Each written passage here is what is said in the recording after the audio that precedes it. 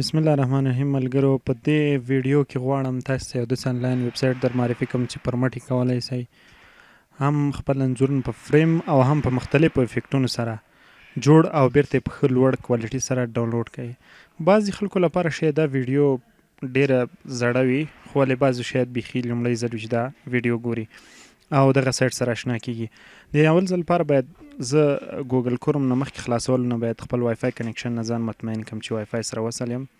راځم ګوګل کروم خلاصوم، مستقیم په ګوګل کروم کې په ګوګل کې لیکم فوټو فانیو، همدغه مستقیم په همدغه سرچ کې لیکم، ډایرکټ خپل ماته راخلي، سرچ کوم یې.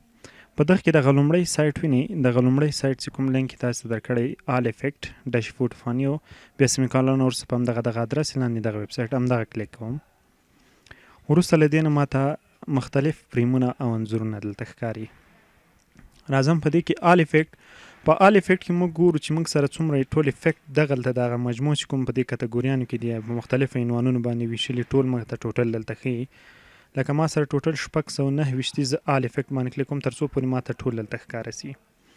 کوم چې ماته دلته ټول ښکاره سول په دې هر یو افیکټ دا هر انځور چې اوس تاسو ته ښکاري په همدې باندې کولی شئ ځان لپاره یو انځور ایډیټ کړئ. زه مثال راځم دغه انځور کې کاږم، کوالټي د ټولو ایچ ډي ده.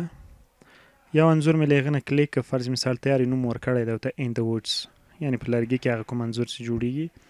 دلته به راسئ فقط که چیرته مو کمپیوټر ویب کم ولري، یعنې دغه داخلي خپله کیمره ولري په سکرین پاس، نو ډایرکټ په همدغه ویب کم علامه چې دلته تاسو د کیمرې شکل جوړ سوی په همدې باندې کلیک کړئ، ډایرکټ به تاسو ویب کم نه تاسو عکس اپلوډ سي.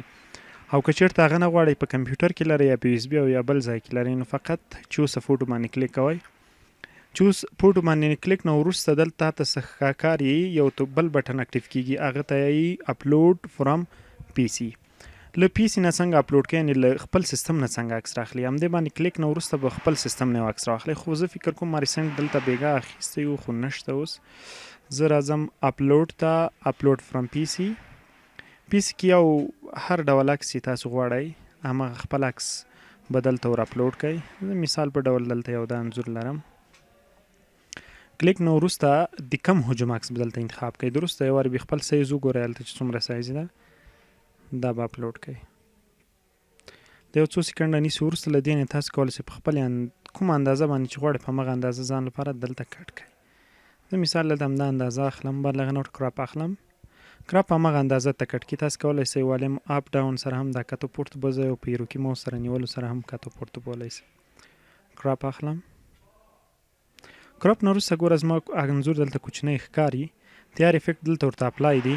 دغه مختلف فریمونه چې دلته موږ ته ښکاري دا تیار ټول په دې باندې اپلای دی. فقط ګو توکمه باندې کلیک کوم. وروسته له دې کلیک نه ګوره هغه انځور مستقیم دلته درج سو. کوم ځای کې ما څومره کټ اخیستی و مستقیم په همدغه ځای کې په دې عکس کې چې پخوا موږ افیکټ اډ کړی و مستقیم هلته اډ سو. اوس فقط ډاونلوډ توکمه باندې کلیک کوو. له ډاونلوډ نه وروسته دلته ګورئ اتومات تاسو سره دا فایل ډاونلوډ کیږي. ډبل کلیک پې کوو، موږ ته ښکاري چې زموږ انځور په څو سیکنډو کې موږ ته جوړ سو. په همدې سره کولی شئ بیا آل افیکټ ته راسئ، غواړئ یو ټکسټ ځان لپاره ایډیټ کړئ، یعنې یو لیکل دې سوي. زه مثال غواړم دې پتلون باندې چې دا کوم لیکل سوي دي یا کالیو باندې، دا فرض مثال دغه کم نوم یې چینج کړم، مستقیم نه دې نوم چینج کوم. دلته مختلف رنګونه مې انتخابولی شئ او دلته رنګونه ورته انتخابولی شئ، لکه شین رنګ ده او فرض مثال هاپي برډ ده، مختلف دغه رنګونه مې انتخابولی شئ.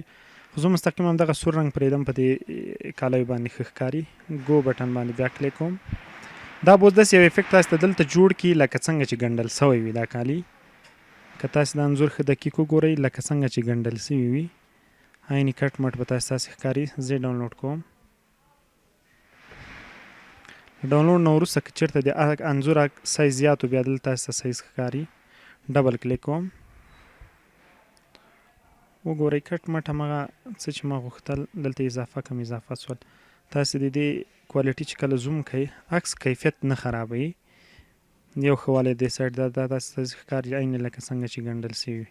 نو په دې سره کولی شئ مختلف نور افیکټ چې کوم ډول افیکټ تاسو په کار په خپل عکس باندې اپلای کړئ. لکه یو په خپل عکس باندې بغیر له فریمه یو افیکټ اپلای کوئ. صحیح ده. فرض مثال دغه افیکټ کې هم تاسو کولی شئ یو انځور اضافه کړئ. فقط عین همغه طریقه د ټولو ته ورته طریقه اپلای کېږي. صحیح. عکس انتخابوئ، څومره چې عکس غواړئ همغه اندازه باندې قطع کوئ. بس دومره کروپ فقط ګوتو کومه باندې کلیک کوئ.